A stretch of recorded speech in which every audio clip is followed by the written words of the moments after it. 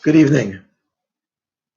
As we continue this week on our sojourn through the Haggadah, since we're getting a little bit closer to Pesach, and there is no way that we can possibly complete everything on Haggadah, I've decided for the next few days to take a slightly different track.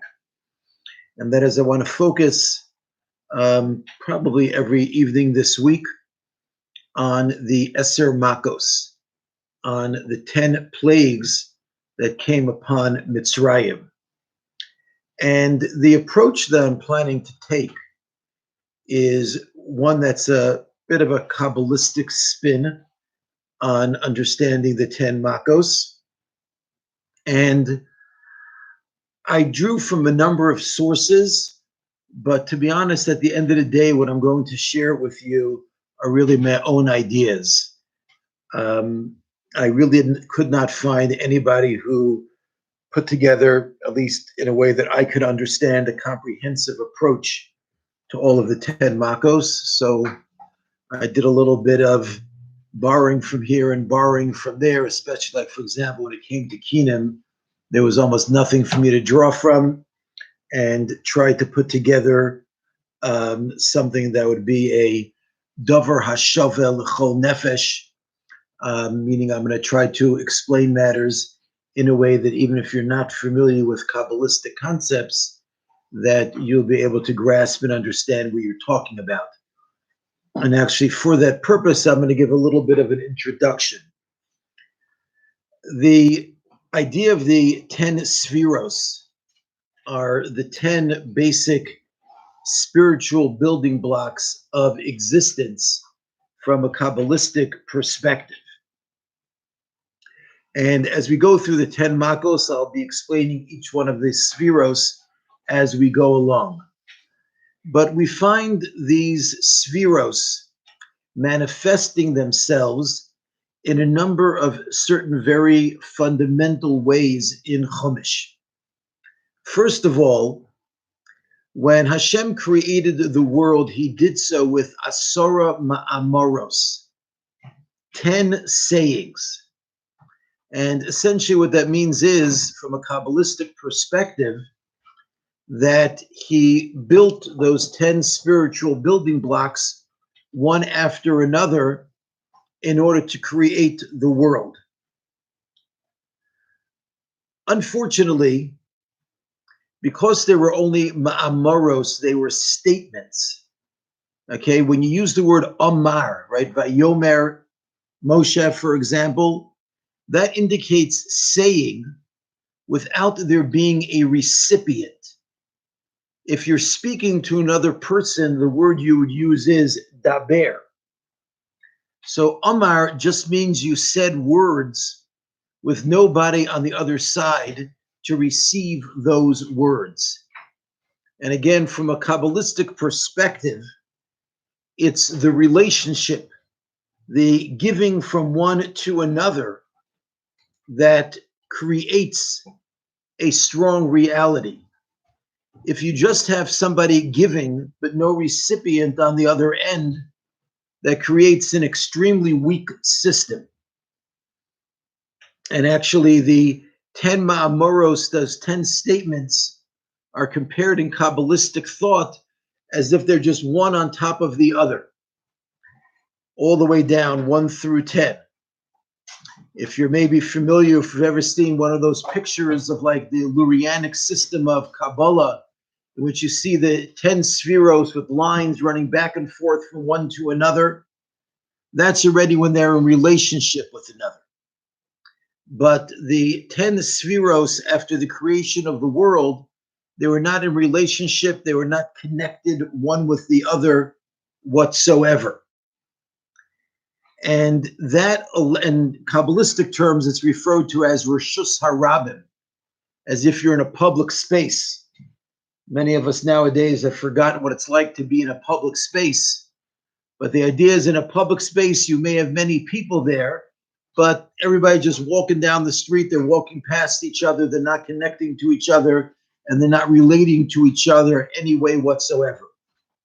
And so that allows room for spiritual impurity to start to grow.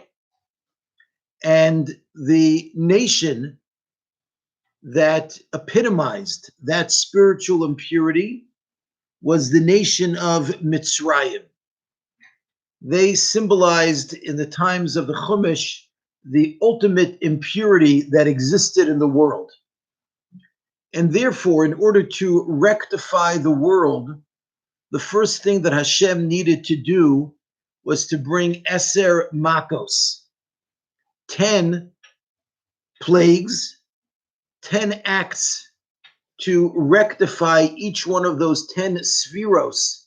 So you have to understand that in many places in Torah, we find the concept of Zeh Lu'umas Zeh, that there's somewhat of a balance, so to speak, between the forces of good and the forces of evil. So the 10 spheros, these 10 spiritual building blocks, which make up existence, they have a manifestation on a positive side as well as on a negative side. But having brought about creation in this relatively weak way, so that allowed the forces of impurity to take a hold of the 10 spheros, and now it was time to clean things up. Those were the 10 Makkos. And as we go through the 10 Makkos, we're going to attempt to explain how they got rectified from the lowest one of the spheros, which is called Malchus, and they keep on going up until Makas Bechoros, the last one of the plagues, that represents the Sphera of Keser. And just to kind of complete the story, when Hashem spoke at Har Sinai, at Mount Sinai, unlike at creation where they're called Ma'amoros, sayings, over there they're referred to as the Aseres Hadibros. They are the 10 speakings, because over there Hashem was speaking to us. Hashem was speaking to the Jewish people, and essentially what he was doing was creating a relationship. And it's only within relationship and within connectedness that the spiritual worlds shine at their greatest. And actually, we'll talk a little bit more about this concept when we get to the Makkah of Tzvardeya, the second one, the plague of the frogs. So that introduction, let's take a look at the first one of the Makkos. The first one of the Makkos is Dam, blood. And primarily, what was changed into blood was the Nile River. And something that hit me yesterday as I was looking into the Makkah of Dam is that the Nile and its function within the land of Egypt was extremely similar to the function of blood. If you think about it for a moment, the Nile brought irrigation to the entire land of Egypt, and the Nile brought nutrients. Every single year, as we know, as the rains in Central Africa grew and the water started cascading down from Lake Victoria, it still to this day, except the Aswan Dam kind of messes things up a little bit, but the irrigation as well as the nutrients come through the Nile Delta. It floods over into the entire land of Egypt, and that's how the entire land is irrigated. Also, it serves as the force for cleaning out all of the waste from the land of Egypt. And again, these are very similar functions to what blood does in the human body. Blood brings nutrients. Blood takes the waste that the cells of our bodies produce and makes sure that it gets taken out of our body, properly filtered, and then it repeats the process. So the land of Egypt really does not have in and of itself what it needs in order to produce crops. It doesn't have wells.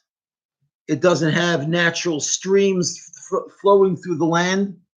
It's actually a land which is empty and devoid of the very life-giving forces of water that it needs. And when we take a look at the lowest one of the 10 spheros, the sphera of Malchus, so the characterization of the sphera of Malchus is les la migarme klum. It has nothing of its own. Malchus is sort of like the sphere in Kabbalistic terms in which we operate. And in our sphere of operation, it's sort of like all of the top 9 spheros all contribute their particular powers to within Malchus, and Malchus serves as the vessel which contains them and in which they can then be utilized in order to create and to develop. But in and of itself, Malchus has nothing. And I believe that Mitzrayim is the same thing. In and of itself, left to its own devices, it does not have what it takes to have its own independent existence. It has to take what is given to it, namely the rains that are coming from the water that's coming from Central Africa, and then use that to create the crops that it needs in order to survive. The Egyptians, Paro famously said, Li Ya'ori v'ani asisani. The Nile is mine and I made it. He had no understanding, no comprehension, or at least no willingness to comprehend the fact that this was a divine creation that was keeping his country alive. As far as he was concerned, somehow in his mind, this was all a man-made process without God's involvement whatsoever. And I want to suggest that that's why it's symbolized by Dam, and it was turned into Dam. Because when we look at blood, we can also look at it as if it is just a natural process without any divine intervention. But we also know that Dam, blood, in and of itself, is a symbol of destruction. What it takes in order to change Dam from a symbol of destruction into a symbol of building is to bring God into it. God symbolized by the letter Aleph, by the one, capital O of the word one, and you put an Aleph at the beginning of the word Dam, you end up with Adam, man. And actually going back to where we started, and this is too complicated to get involved in right now, but the full gamut of the 10 spheros working together in Kabbalistic understanding are symbolized by man. So as long as Paro did not understand God's involvement and thought that whatever he had over here was just a natural process or maybe created by mankind, so the water that he had was basically blood. It was a water that was a destructive force because it was lacking any spiritual component. And what was necessary was to bring God into the picture, change the Dam to Adam in order for Mitzrayim, or really because the Egyptians were never going to get it, but for Klal Yisrael, the Jewish nation, to understand that, change the Dam to Adam, and then we could take that concept in order to become a fully independent nation. Maybe that's why Chazal tell us that Atem Kriyim Adam, that only Klal Yisrael is given that name of Adam, because we're the ones who have that understanding as opposed to others who do not. So we're going to stop over here for this evening. Again, Dam connected to Malchus, because the body, or Egypt, is basically nothing and dead without what's put into it from the outside. And we have to turn that Dam into Adam by bringing in God, the One, and then we can truly make something of it. Yeah.